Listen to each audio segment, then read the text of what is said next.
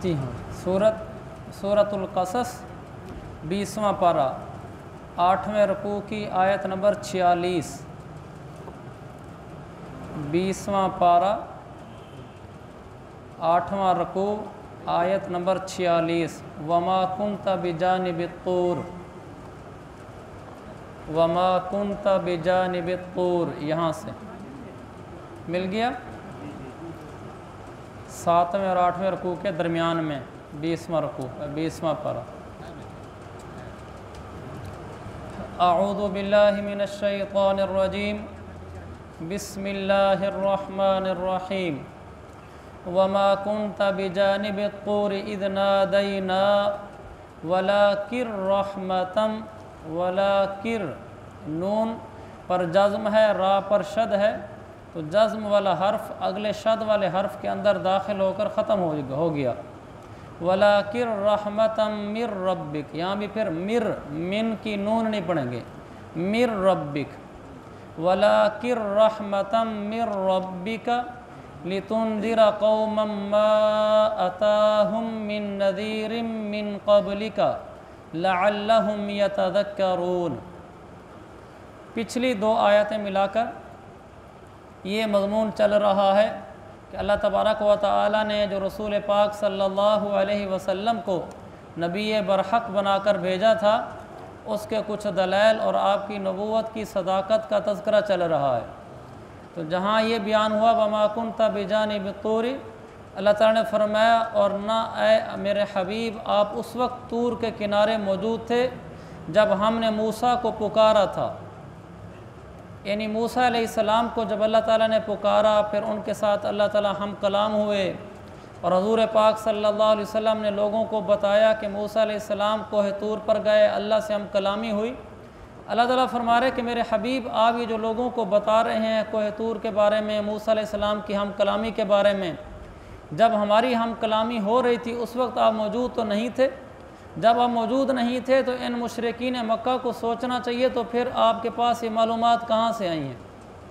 یہ آپ اس طرح کی باتیں ان کو جو بتاتے ہیں، آپ نے کسی کتاب میں تو پڑھی نہیں، نہ آپ کسی انسان کے شاگرد ہیں، اور آپ وہاں موجود بھی نہیں جب یہ واقعہ پیش آ رہا ہے، تو پھر آپ پر یہ باتیں کہاں سے آتی ہیں؟ سوائے اس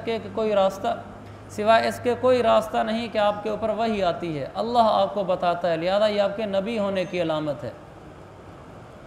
فرمایا بلکہ یہ تمہارے رب کی رحمت ہے کہ تمہیں وحی کے ذریعے یہ باتیں بتائی جا رہی ہیں تاکہ تم اس قوم کو خبردار کرو جس کے پاس تم سے پہلے کوئی خبردار کرنے والا نہیں آیا، شاید وہ نصیحت قبول کر لیں۔